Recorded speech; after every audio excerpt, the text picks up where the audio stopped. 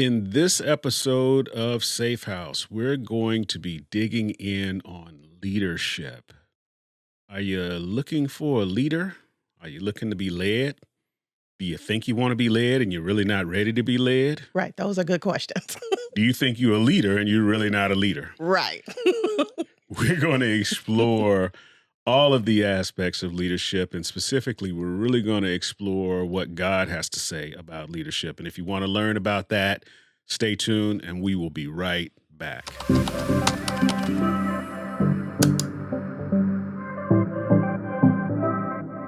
Hey there, Safe House What's up, Safe family. House? Safe House in the house. Safe House in the house. Safe House is in the house. Obviously, I'm in a good mood today. She is, you know. Bears win. We got a Bears win this week. Woo! I'm not ready to do the Super Bowl shuffle yet. No. But listen. Anytime I get to wear the blue and orange because we win, I'm gonna represent. This is more like the Super Bowl tap dance. It ain't quite a shuffle yet. It's tap dance. I love it. It is. It's like the Super Bowl line. I mean, Right. we're not quite there yet because everyone is a nail biter. That's true. And even the loss last week came down to the last. It did. Everything, you know. Yeah. So Bears, bear down. We are Bears fans to the heart here, but isn't that like marriage though? Sometimes you just got to bear down. You be like, listen, sometimes you're not gonna win every time. You know what? But we still a team, man. Team Allen. Well, what's significant about this year is the tone setter is the coach. Come on. Yeah. He is setting a tone for really what is. leadership looks like. And what I appreciate about him is that he recognizes that, this was not an engineered win. This was a fluke. And he's very sometimes he's a little demotivating when he says those kind of things, but he's clear enough to recognize the difference between when we won based upon our effort and our expertise versus just we got a lucky bounce. But I like also too what like you said, and just in terms of leadership, like you say, he's the coach. But then there's also when people are on the team, they look to leaders like the quarterback, like Caleb. Yeah. And so one of the things that the coach said to Caleb last week was, he's like, listen, at the end of the day, it's on you. Mm-hmm. You got to figure out how to win these games. Yeah. And that's exactly what he did yesterday. Yeah. And so it's like the same thing in marriage, So let's dig into this. But before we do that, we just want to let you know, and we'll have a link in the bio and in the description below. We know right now, and as of us filming this episode, the government still has not resolved the whole shutdown issue, the budget issue, and we know there are people out there that are in need of food resources given the situation with SNAP. So we will have links in the description, and if you're on Instagram, you will find links in our bio to our campsite page, where you can find several resources in terms of Chicago area, since we're in the Chicago area, lists of where you can get access to food resources. And for those of you that are watching at various places in North America, there's resources nationwide for you to get access to food. So our prayers continue to be with those folks that are affected and it's not just the SNAP. I mean, it's, families are, like you said, some people are being furloughed, spouses are working for free, they still work for the government, and so that impacts, like you said, not just their ability to buy food for their families, but, pay bills and all that kind of stuff. Absolutely. And for those of us that are still working, and you getting on a plane knowing that an air traffic controller had to drive Uber the night before just to feed his family. Now he's responsible for keeping my plane in the air. Makes me very, very scared. Yeah. So let's continue to pray for everybody that's affected directly and indirectly by this. Once again, we have some links to resources for food in different places, both locally in Chicago area as well as nationwide. So if you know somebody that needs to take advantage of that, please pass those links along. Thank you, and thank you. So now let's talk about leadership. Leadership in relationships. Yeah. And, when we look at leadership, we often attach lofty things to leadership, right? Leadership, they got a big hat. They got them funky things on the shoulders like Captain Kangaroo. They got a uniform on. They're a leader, right? They're a designated leader, or they got on a suit or something. Like the Flintstones, the Grand Poobah, whenever they was going to their big meetings. They got the biggest horns on their hat, there's all... Yeah, that's true. Yeah, but I think we associate it with like some type of status. Status, right? Yeah. Status or position that you're only a leader if you're knighted something, or you have a title. You're like the universal grand mystic, all-seeing eye, something like you get some lofty something. When really, I really appreciate my good friend. He's a scholar, Dr. Tony Bolden. He's published a book called The 9 Signs of Effective Leadership. And one of the things that he says in the beginning is that leadership is not necessarily about some lofty goal, a lofty position, or a scribe title or anything. It's literally the process of getting people from here to there. It's as simple as that. Yeah. Any person that has the ability to move people from one place to another is a leader. Yeah. And I think when you take it back to that base core fundamental, people can start to see leadership in themselves even where they may not have seen it before. Yeah.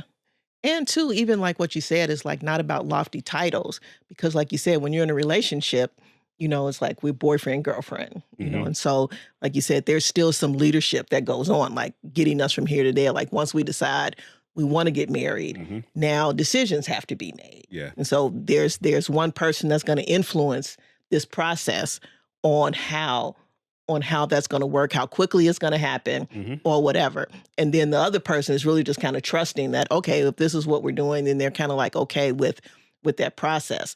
And like you said, and then once you get married, like you said, the title is just husband and wife. Yeah. Yeah. And so, and God does have a design for that, but I don't want to get ahead. But like you said, I like that. There's no loftiness in the title of being a husband or a wife. Yeah. And as a matter of fact, I think it's okay for us to learn how to lead as we go along. That's true. They a lot of people make you believe that leaders are born. They're born, they're natural born leaders, when really leadership is a trait that you learn through life. And situations will make leaders out of folks that are not normally leaders, especially when you're in relationships, Yeah.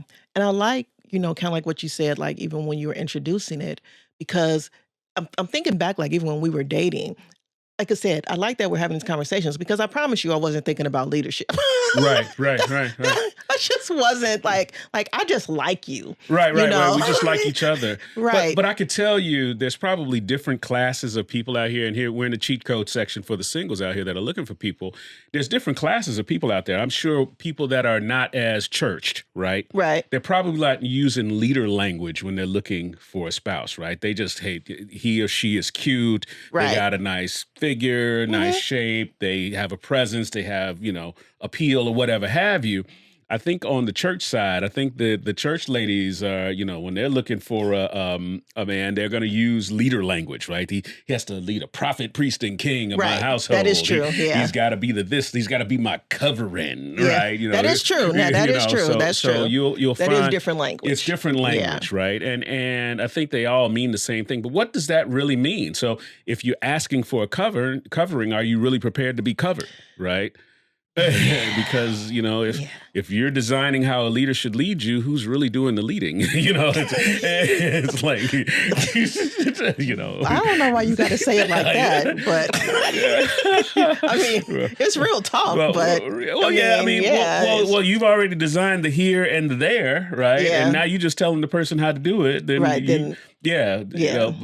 But I think when it comes to leadership, if we come up with a shared vision, then somebody's job is going to be the primary person that's driving how we get from here. It doesn't mean we don't share responsibility. Doesn't mean that we don't have authority. We both have authority. Right. Doesn't mean that we both don't have important roles, but there is an order around how we will get from here to there. Right. Yeah, that's key. Like you said, on how are we moving? How are we getting from here to there? Like I said, I never really thought about it like that until you said it, like leadership from that space. Yeah. But you're right. Like that really is leadership. So I'm going to quote Dr. Tony Bolden's book. For those of you that don't have it, it's called The 9 Signs of Effective Leadership. I will put a link below or a link to it below so you can purchase it. Very good book. Once again, it's not a relationships book. It's a personal leadership journey book, but it's very good and it's a short read. It's probably this thick. But it really gives you insight into the characteristics. And he's just not some dude that wrote a book. This is the second edition of the book. He is a doctor. He did his doctoral dissertation on this. So it is not only, sort of well written, it's science backed and data backed in terms of some of these characteristics. Yeah. So One thing he says, flexibility, the ability to flex and change. Mm-hmm. Low aversion to risk. That means there's going to be some things that we need to take some risks on. Right.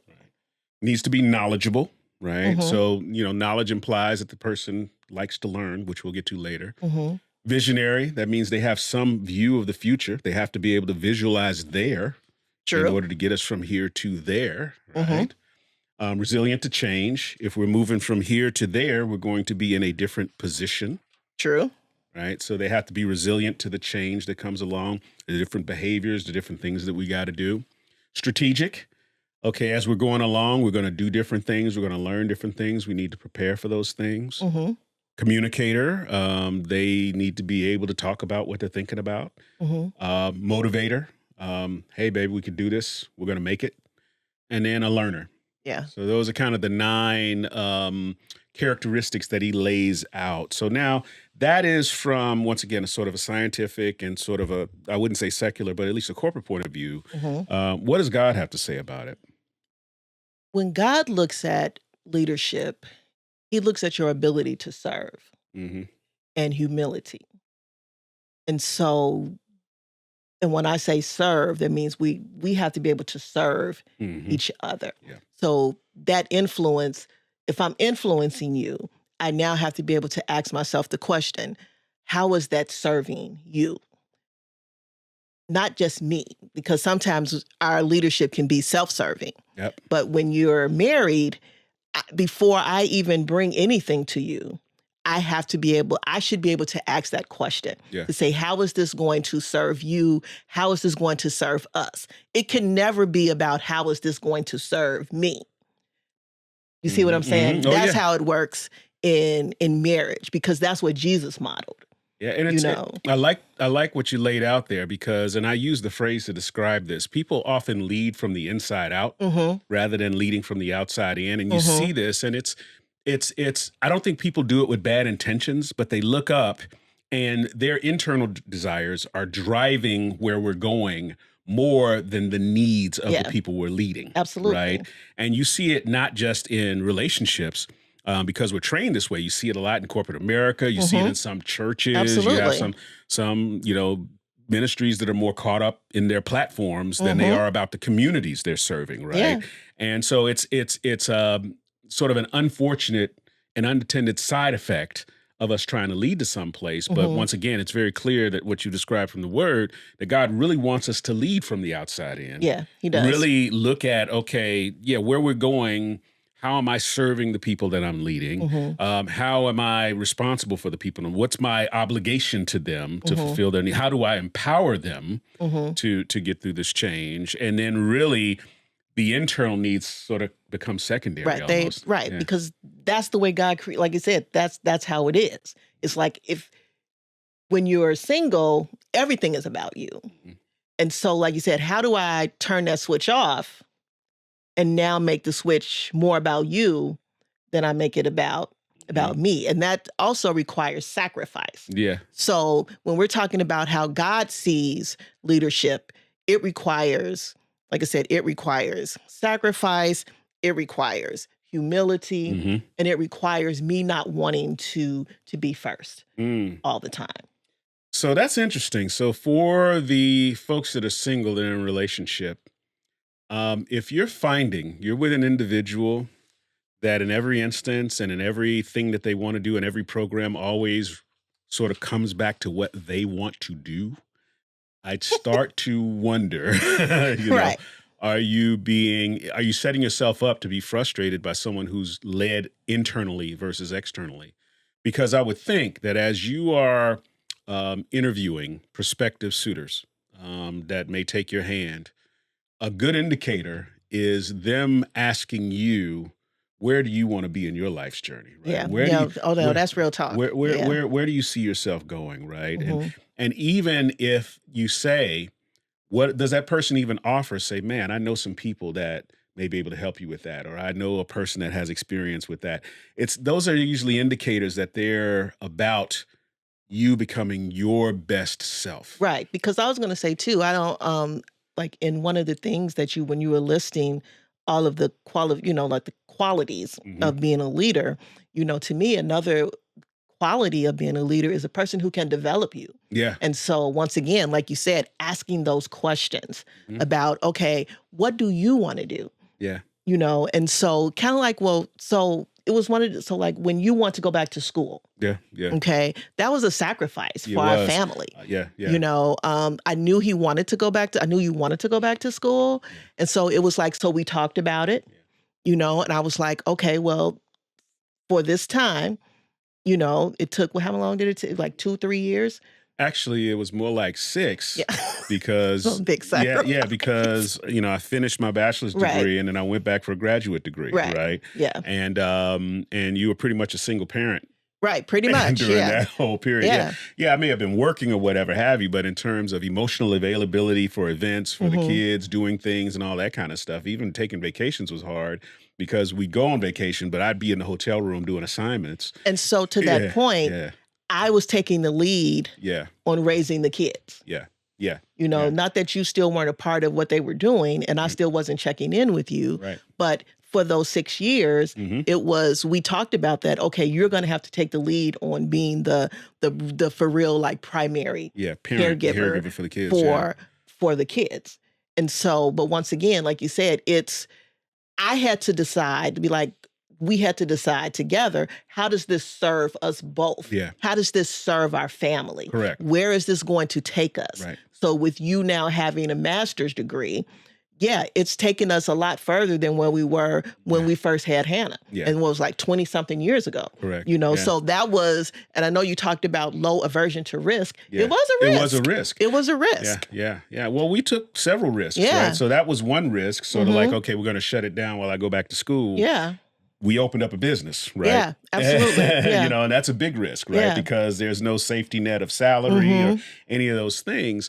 And so now, what does it look like to walk through that and even through the hard times to say, okay, baby, it's going to be all right. Or even, look, as bad as things are getting, I'm not going to let that trickle through to my family as much as possible. So if I have to do weird things, to keep us whole, I will, right? Right. And what's powerful about that is it goes back to the question of, was I willing to be led down that road? Yeah. Because when we got married, none of that was on the table. None of that was on the table, right? It wasn't even within the view, right? Right. We didn't talk about any of that. Yeah. I mean, that's the other thing too. For singles out there, we had no view into our lives right now. Right. We knew we wanted to be together. We knew we wanted to raise a family. We knew we wanted to have a decent place to live. That's probably about as far as the vision went at the time we got together. But as we matured and as we developed over time, the vision began to expand. Yeah. Right. As we got exposed to more and as we started to learn more, the vision began to expand. Our leadership stance began to expand. I know my leadership stance changed. Right. Over time. Yeah. It did. There's a story behind that too. It did. That might have to be another whole episode. Right. Of what that looks like when it starts to expand. All I'm gonna say, ladies, is you're gonna say prayers about this man being the Be man. careful what you pray for. That's all I get. You're gonna pray your man into his calling. And when he walks in it, he's probably going to overwhelm you with who God has designed him to be. That is true. And once again, that does kind of go back to how God sees it, because God does have, when God looks at marriage, he sees the husband over the wife, and so now, once again, I mean, that would take another whole episode too, to really kind of break that down of what that looks like, because it's not about oppression. Yeah. Or, it's not about, that sort of submission in the way the world is defined. It's a different type of submission. And the only thing I'd argue is, given the characteristics we've talked about leadership before, those submission actually is more voluntary than it is forced, right? Absolutely. When you're bringing value to the people that you're leading, they will willingly follow, right? They will willingly submit because they know they're getting value from your leadership, right? Versus if you feel like you have to constantly force your leadership upon people, I'd question whether or not you have the capacity to lead, because obviously these people don't feel like they're getting value from you, right? That is true. Now, I'll have to say, like I said, in all of our 30 plus years of marriage, you very rarely have had to use "I'm the man" card, and we're gonna do we're gonna do it this way. Okay, Yeah. I'm in charge, ma'am. Yeah. You very rarely, Right. because most of the time we can work it out and whatever. And so I'm just saying that to say to the ladies, there are going to be times, like you said, in a godly marriage where the husband is going to say, no, this is what we're doing. I think about, I've said this plenty of times before, like we're like Abraham and Sarah, and so when God gave Abram the command to move and just pack up his whole family, I don't know what conversations him and Sarah had, but Sarai, because that was her name then, right? But she went. Yeah, yeah. It was like, no, I'm taking you. I'm leaving my family. You leaving your family. We going to stay in this strange land. Yeah. Now I don't know how that would play so much out today, but once again, the humility and the submission of, like I said, when you get married and trusting that your spouse hears from God. And so when he comes or, and says, hey, this is what I believe God is saying to us, saying to me for us. Because when God said it to Abram, he was saying that for them. He wasn't just saying it to Abram. Yeah. He was saying for us, because God had a plan for them. And so Sarah had to, like you said, buy into that. Yeah. And she did, And so I say that all the time. I'm like, I'm going to go wherever you say we have to go, and there are times when, like I said, and I'm going to stay when you say stay. There are times where I'm like, okay, I don't want to stay. I want to go. Yeah. But you're always like, which I've learned to appreciate. You're like, I don't hear God saying that. So until I hear God say we can go or we can move, then guess what? We have to stay put. Yeah. And so I have to be okay with, no matter how that makes me feel. Yeah. I have to be okay with, okay, you know what? I know that you hear from God. You're I don't want to use like a lot of churchy vernacular, right. But you're really the one, you're over our household, so I don't want to, that's why I said I don't want to use too much, because like you said, it's we have two separate listeners. But like you said in the Bible, he's like, you're the priest of the house, and so once again, God is going to speak to you about that. Yeah. I just want to say though, to the men out there, one, I think it's easier. It's not easy, but it's easier if you allow your performance and your behavior to let that happen rather than you proclaiming it. Right? Yeah. What do I mean by that? You can walk to a situation and say, well, I'm the leader, I'm the man, I'm the this, I'm the that, and the other, but you got this track record of slop behind for many, many years. And I was telling a group of men the other day, it's like, God has designated an order, for how things should be run, but you have a track record of poor performance for a very long time. And you may have a new attitude. You may have turned over a new leaf about how you're going to lead your household. Just recognize you've got a track record of poor performance that you now have to undo. Yeah. Right? So that trust in your leadership starts to emerge, right? We're still people. We're still working with, and the Bible even talks about how a woman will, challenge you, right? That's what, it's part of the role, right? That's what we do, ladies. Role, right? Let's just say that's the truth. But we have to be resilient enough. And this is what change resilience is about, right? I'm not necessarily just resilient to the change we're going through, but when I introduce a change, I'm resilient to the emotion that change is going to generate, right? Yeah, that's good. So I'm resilient to the fact that you may be resistant initially, right? It may seem like a bad idea, but I have to be solid in my leadership in a sense that, I understand what she's going through. I empathize because I'm introducing change. But at some point through time, this will come back together, right? I have to deal with the snippy remarks and the comments and all those things until such time you calm down and sort of have a real, because the one thing I admit is even when we've had conflict about things, you will always go to your corner, think about it, ruminate on it, pray, whatever you need to do, and then come back and say, you know what, okay, which I appreciate. And I hope I allow the space for you to do that rather than saying, no, you need to agree right now, No, well, You say, well, I just stepped in it. So once again, very specific examples of that. Mm-hmm. So another story. So where Andre really does have to take the lead. I don't know how to negotiate get in a car. Yeah. Okay. So when we went to get a car, Andre was like, don't you say nothing. You just sit there. You be quiet. I'm like, well, okay, it's my car, you know. But he was like, I'm telling you, I know what I'm doing. Okay. So we go. Andre is like, basically like talking us out of a car. I'm like, we're not getting a car.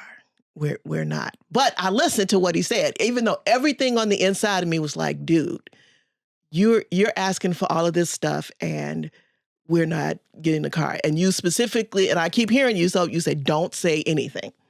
Fix your face. Don't say anything. We got to be prepared that if this guy doesn't come back with what I said, then we're walking out without a car. And in my mind, I'm thinking, we need a car, man.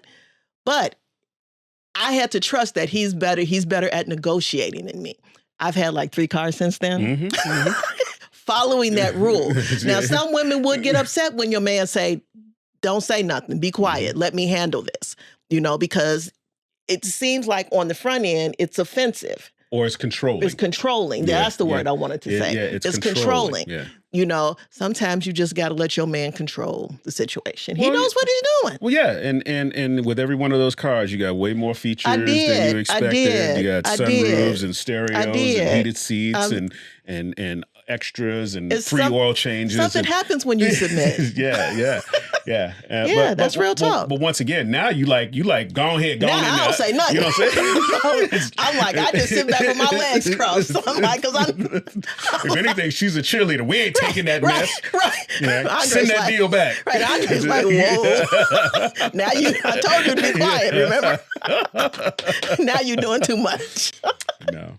But that's really it, you know, because once again, I wasn't getting me a car, I was getting you a car. That is true. You know, that so is true, I wanted to make sure you had the best. That is true. Of what they had to offer. That is true. You know what I mean? So if you can demonstrate that your leadership puts other people in a better situation, I think you will not have a problem getting them to follow you. If a consistent output of your leadership is they end up better, they get more. you know, they just end up overwhelmed. Mm-hmm. You know, I don't think you'll have a problem finding submission. Yeah. At least that's been my experience. I think another episode has to be, well, what do you do when the leadership has just not been on track? And to your point, it's like your track record is crazy. Yeah. You know, but I still got to find a way to trust you. Yeah. You know, and so I feel like that has to be another episode because I think there are certain keys and certain, you know, things that you have to be able to do in order to do that. But like you said, there's the, you know, that's the heart of leadership in marriage, you know, is like I said, making sure that, like you said, looking out for the other person, you know, because when we talk about modeling, that's exactly what Jesus was doing. Mm-hmm. Jesus modeled what it looks like to be married. And when we get ready to get married in a godly relationship, we have to remember that Jesus is married to us. Yeah. You know, and we represent what it looks like for Jesus to be married to the church. Mm-hmm. And so when we serve each other well, mm-hmm. when people see our marriage and they see humility and they see 2 people who are willing to serve each other, all we're doing is giving them a picture of what it looks like in the church. Yes. And I think sometimes we forget that. Yeah. You know, when we say I do and we want to do all these wonderful things, we still got to be able to come back to, we're still a picture of what it looks like for Jesus to be married to the church. So I agree with that. Let's make the next episode where we talk about building this path to leadership, because mm-hmm. there's you know, hey, you know, I haven't been modeled. No one's modeled for me what good leadership is, so mm-hmm. I don't necessarily know how to lead. Yeah. And then the other thing is I don't know how to follow, right? Yeah. Yeah. Here's a hint. That's good. In order to be a good leader, You have to have the competency to follow. Yeah, that's real. Yeah. Yeah. Following will teach you how to be a good It leader. will. Yeah. And so I think we can dig into that because I think people can be helped for the folks that are married that are trying to find a way back into leadership. Because, the point that I want to make and we don't want to lose is that even though God has established things, it's an order. It's an order. And not necessarily a hierarchy. Right. Yeah, that's real talk. It's not a hierarchy. It's not one on top of the other. Right. It's just he has an order for how things should be done. Right. And with each role, there is authority. Yeah, absolutely. Right? Yeah. Yeah. There's leadership, because once again, I was the quote unquote man of the household. But when I was in school, you were the household, right? You were making decisions for the kids. You were making decisions how resources were being directed. Yeah. While I was turning in papers, you were responding to the needs of the house, right? Because what's so important about that is like you said, to be able to talk about that in another episode is a lot of women, like you said, when they get ready to get married and say, well, you the head of the household, you making all the money and whatever. But it's like, but there's still other, is it just his responsibility to make the money? Yeah. Well, not if you the one with the better skill. If you have the more monetizable skill. Right. And we have to be able to talk about that. Right. If you the Oprah Winfrey of your situation. Let him be Stedman. Yeah, that's real talk. That's real talk. I mean, let's just be honest. Yeah. Shoot, I have no problem if you was making Oprah money. I'd be wearing that apron when you came home. Kiss with the leg in the air, the whole nine. No, he wouldn't. Take your briefcase. Have your drink ready. Get you the paper. No. Well, we're going to talk about all of that in the next episode. All right. Well, Safe House, if you got something from this, if you learned a little bit about leadership and you want to learn a little bit more, please like, share, and subscribe. Hit the bell so you can be notified when we come out with this second part talking about leadership. Leave us some commentary below. We hope you enjoyed that last episode about purpose. Oh yeah, that was fire. It was fire. It was fire. We got a lot of commentary going, a lot of good dialogue going in the comment section. So hopefully we can get that same thing going about leadership. So tell us about your leadership. Singles, tell us what you're expecting in a leadership in your future forever person. Yeah. Are you willing to be led? Are you willing to be led? Yeah. Are you learning how to lead? All of that. Yeah. Let's talk about it all. So with that, Safe House, we love you. We love you guys. Thank you for spending time with us. And as we always end it, peace.